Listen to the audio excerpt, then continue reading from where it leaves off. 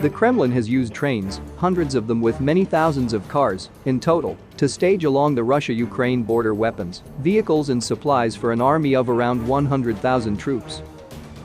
If Russian President Vladimir Putin pulls the proverbial trigger and orders that army to roll west into Ukraine's rest of Donbas region, those same trains will haul supplies to forward depots and haul away from the war zone any damaged vehicles in need of deep repair.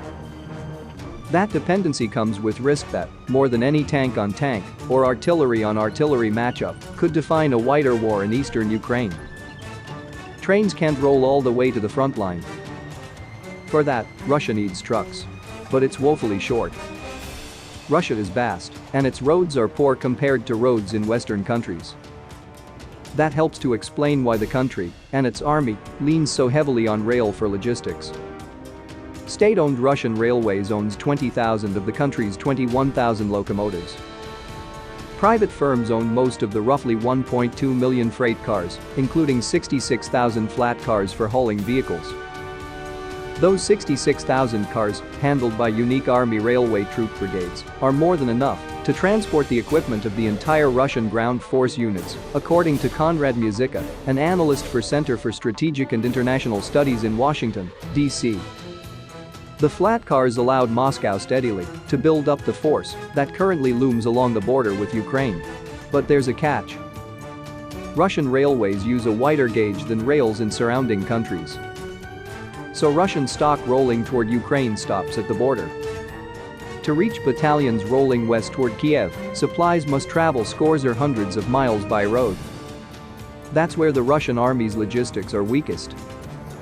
The Russian army does not have enough trucks to meet its logistic requirement more than 90 miles beyond supply dumps, U.S. Army Lieutenant Colonel Alex Vershinin wrote at War on the Rocks. The Russian army has 10 material technical support brigades. Each operates around 400 trucks.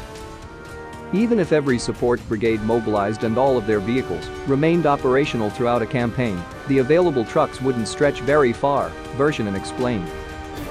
Although each army is different, there are usually 56 to 90 multiple launch rocket system launchers in an army, he noted.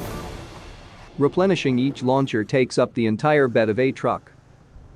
If the combined arms army fired a single volley, it would require 56 to 90 trucks just to replenish rocket ammunition.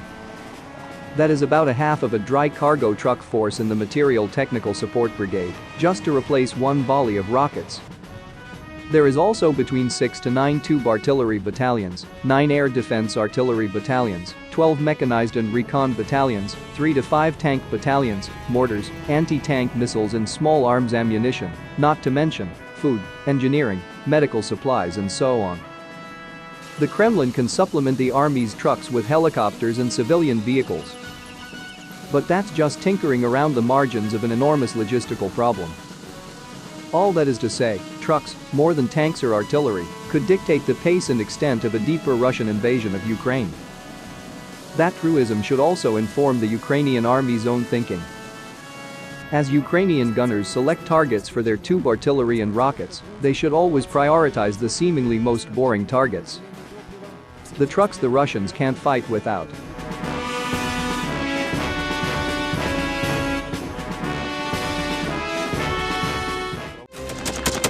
Thanks for watching, and don't forget to subscribe.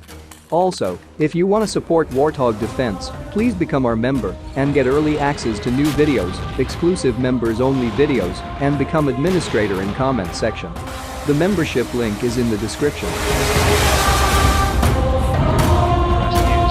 every day. We had a guy last week, it's 6 rescues in 6 days. You know, he's doing the job every day.